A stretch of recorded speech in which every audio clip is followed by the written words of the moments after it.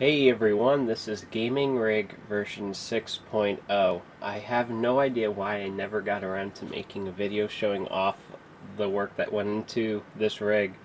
I bought the GTX680, which is up here, the box. I bought this card about a week or two after the graphics card was released.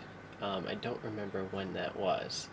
Now I've been using the card for a while, and I have to tell you, it's a very good card. It's much more powerful than my dual GTX 460 setup that I used to have. I gave those cards to my brother. He's now using it in his rig, but oops, I've made some changes to the rig overall. If you notice, they're brown, tannish brown fans. These are Noctoria Fans. Very silent fans. They're very, very good. The only problem I have with them is the color choice. They should have made them black, but they didn't. So the problem is, with the lid off, it doesn't match the case. And I think that, you know, these fans would have been better back in the beige computer days. If people are old enough to remember those days. But I also put a Noctoria fan in the front. That's why it's not lighting up anymore. But it's dead silent, and it does a very good job. The only noise I really hear is the pump now. But these fans are ridiculously quiet, and they do a good job. So now, for the Geforce GTX680, I have a plate on the top, as you can see. They added this, it was something you could buy from EVGA, and it's supposed to make it look nicer. It covers up all the circuitry, except for this. I have no idea what the hell that is. That's not on the GTX 580, so it must be something specific here. And, you know, you have your SLI right here, so you can add a quad SLI to this, which I'll never do. I don't think I'll ever need a quad SLI setup. Might as well just get new cards at that point. But on the bottom you can see the fan somewhat, and it has GTX 680 on the bottom. It's a very, very nice card. It's also shorter than the 580 that I was borrowing from somebody. The other great thing about it is it uses less power. It's using two 6-pin connectors, just like my 460s. So, I mean, they've really done a good job when it comes to power consumption on these cards. I do like the GeForce GTX logo on the side. I wanted the 690 just for the sole purpose that this thing is actually backlit. And that pisses me off. It's like, they should have just put it backlit on here too, but yeah, you know. This is one of the first cards that allows you to do 4 monitors from one card. And prior to that, NVIDIA never had a card that let you do it.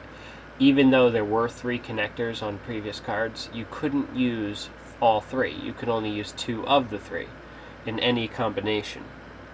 This is the first card where you can actually use every single port. It's a very nice one. Other things I did, if you notice, there's like aluminum foil up there. What happened is I discovered that these cables are not shielded. And the cable that leads up to the front here in the HD audio cable, I wrapped it up with aluminum foil, and then I wrapped it with electrical tape, and I have it touching, well, I used to have it touching the case.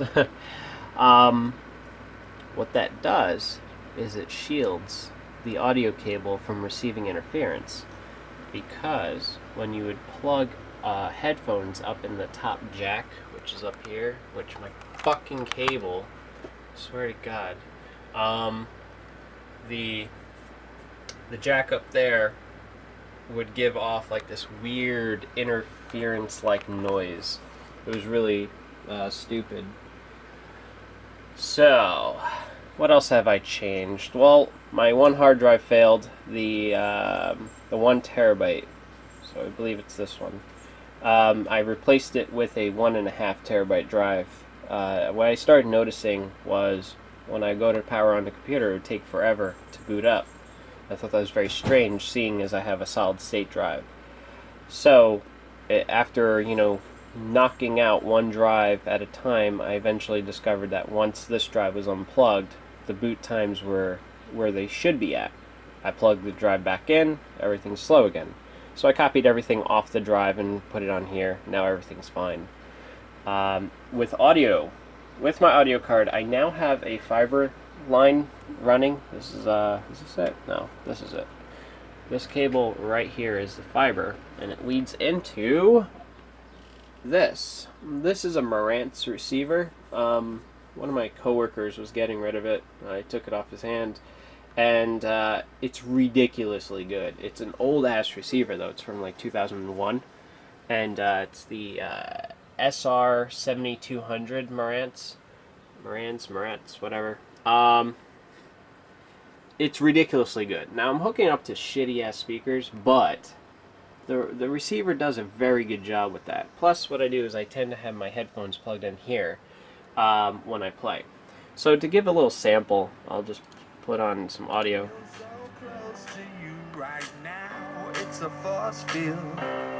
And it works very well, the speaker. And I mean, when I could probably blow these speakers with this receiver, because this is a 650 watt receiver. It's a very nice receiver. But audio quality wise, it's far superior to just hooking up directly to the audio card. That's using Toslink.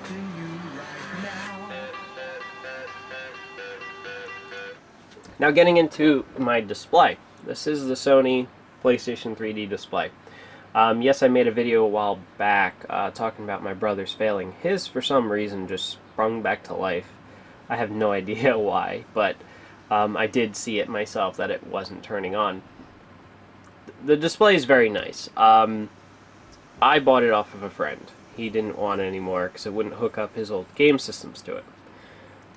I do find that this display has better color reproduction and stuff than my old display, my old ViewSonic.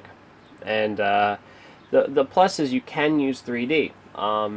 There is it's able, the Geforce GTX is able to produce 3D on here, so I can watch 3D Blu-rays on this display using my rig. It works. You could even play games in 3D too. I've done it. It works. It just, unfortunately, you have to put it in 720p in order to get 60 frames a second in 3D. That's not a limitation of the card. That's a limitation of HDMI. HDMI can't handle 60 frames a second 3D, you know, signals at the proper refresh rate that it needs. It's just a bandwidth limitation issue. If I move this over to DisplayPort, from what I've heard, you could. So, but yeah, other than that, it's a great display. So, if you guys have any questions regarding my rig, by all means, ask me. The score, I don't know what, I run a lot of benchmark scores on here. Here's my score in here. The score for everything is a 7.7 on my CPU, 7.8 on my memory, 7.9 on my graphics, and a 6.8 on my solid state drive. If you go to view information, it tells you 2600K, which is a very good processor. I don't know why it shows this. I know it's sharing from my memory, which is retarded. It has 2 gigs of memory on board. I'm planning on upgrading my RAM eventually. I'm selling off my sticks to a friend, and I'm going to buy 2 8-gig sticks and throw it in there, so I'll have 16. I do a lot of virtualization. And yeah, as you can see, my hard drives, I told you I have 4 hard drives in here. You know, total size 2 terabytes.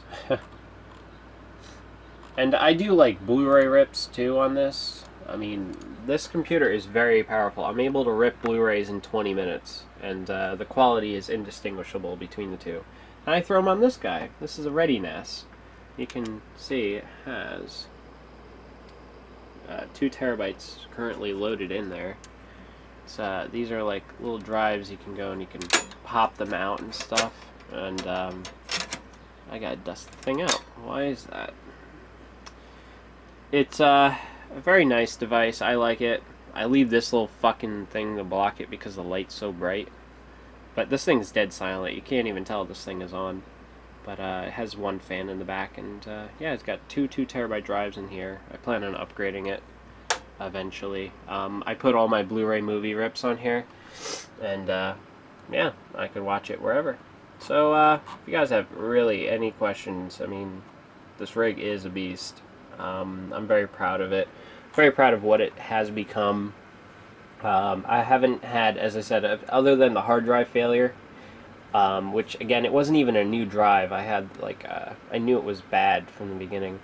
I haven't had a single part in this computer fail, other than a hard drive, which again is to be expected. Every part in this computer right now is still covered under warranty, which is why it's a good idea to build your own computer. If any one of these parts were to fail, you know, I mean, look at like the Antec power supply. If this thing were to fail, normally if you bought a computer from like Dell or something, every part in the computer all shares one warranty, because the warranty is between you and the system manufacturer. Whereas this computer, the warranty is between me and each individual part manufacturer. So, for instance, the pump system has a 5-year warranty. So if that ever sprung a leak or fucked up anything, they will pay for whatever is broken in this computer. If my processor fails, Intel has a 3-year warranty on it. They'll pay for that. My memory goes, there's a lifetime warranty. The motherboard goes, I believe it's a 3-year warranty, or it could be a 5, I don't know. SoundCard is a 3-year. The power supply is a 5-year. The solid state drive is a 3-year warranty. Each one of these hard drives has a 5-year warranty on them. Blu-ray drive has a 3-year warranty. You know, and it's one of those things where you're better off building your own computer because it costs you less to do it. You know, it's not hard, guys. I really don't understand why people look at this as a daunting task. It really isn't. It's ridiculously easy to build a computer. You know, like I make fun of that guy Meatwagon or whatever the fuck from the gun shop, because he proves that a total moron can put a computer together. He just doesn't understand what the fuck the parts do. I mean, every little part that's in this computer has gone under, you know, substantial consideration. I mean, I've researched the hell out of every fucking part that went into this computer. I looked up reliability histories, I looked up, you know, performance numbers, compatibilities, everything. Because, you know, if I'm going to spend the money, I want to make sure I'm getting the best bang for my buck. I mean, I researched every possible place I could purchase every fucking part that's in this computer. You know, I mean, each part came from a different place. I mean, the graphics card came from, was it Amazon? Or Newegg? Or was it... I think I came from Newegg. Sound card came from Amazon. Power supply came from Amazon. Motherboard came from Micro Center. Processor came from Micro Center. RAM came from Amazon. The pump came from Micro Center. The fans came from Noctoria themselves. They sent me those fans. The solid state drive came from eBay. The Blu-ray drive from Newegg. Case is from Micro Center. You know, so that's what I'm saying. It's like, you know, this is not all just purchased from one vendor, because you would pay a lot more than what I paid for this if you just bought it all from one place. Because Micro Center sells the processors at a hit, like they sell them at a loss. So normally the processor was like $370. They dropped the price by $100. And then on top of that, I sold my previous processor for $100, so I got it for $170, which is a very good deal for a Core i7 2600K. If anyone's concerning about the 2700K, there really is no difference between them. I mean, get whatever you can get, but I mean, you're not going to say, oh, the 2700K is a night and day better than a 26. No, there's really no difference between them. I mean, they're both overclockable, so. And yeah, I have mine overclocked. It's 4.7 gigahertz, and that's why you get a liquid cooling solution. It does a very good job. I mean, I'm not gonna run all pumps all across the system. I'm not into that shit, because all it takes is just one leak, and then all your shit's fried. But at least with this is a maintenance-free closed system, which everybody is doing nowadays. Like, it exploded in the past year. You know, I've seen so many people with these in their system now. Intel just released their own branded version of it. They're putting these actually in laptops now, which is very smart because the density of liquid is much higher than what they're able to do with the copper. And they're able to cool multiple parts with one cooling solution, and it just works far better. But don't drop your laptop or it's going to spring a leak. But yeah, I mean, I really like what I did with this rig. I think I'm very impressed with it. I also have these. This is a Raptor drive. It has Windows 8 on it, so I just quickly hook it up, disconnect the solid state, and then I have Windows 8 on my rig. Windows 8 is turning out to be a very good operating system. I'm very impressed with what they are doing with it. You know, some things that suck, but you know, it's Microsoft. They're not going to get everything right. So yeah, if you please rate, comment, let me know what you guys think about my rig. If you guys have any questions about building computers, I'm definitely the go-to guy. I mean, I'm building Kevin's computer right now. You know, I am 16-bit. He wants a rig like this, but he can't afford a rig like this. I guess that's really what can be said about it. But he's building it slowly. I mean, very slowly.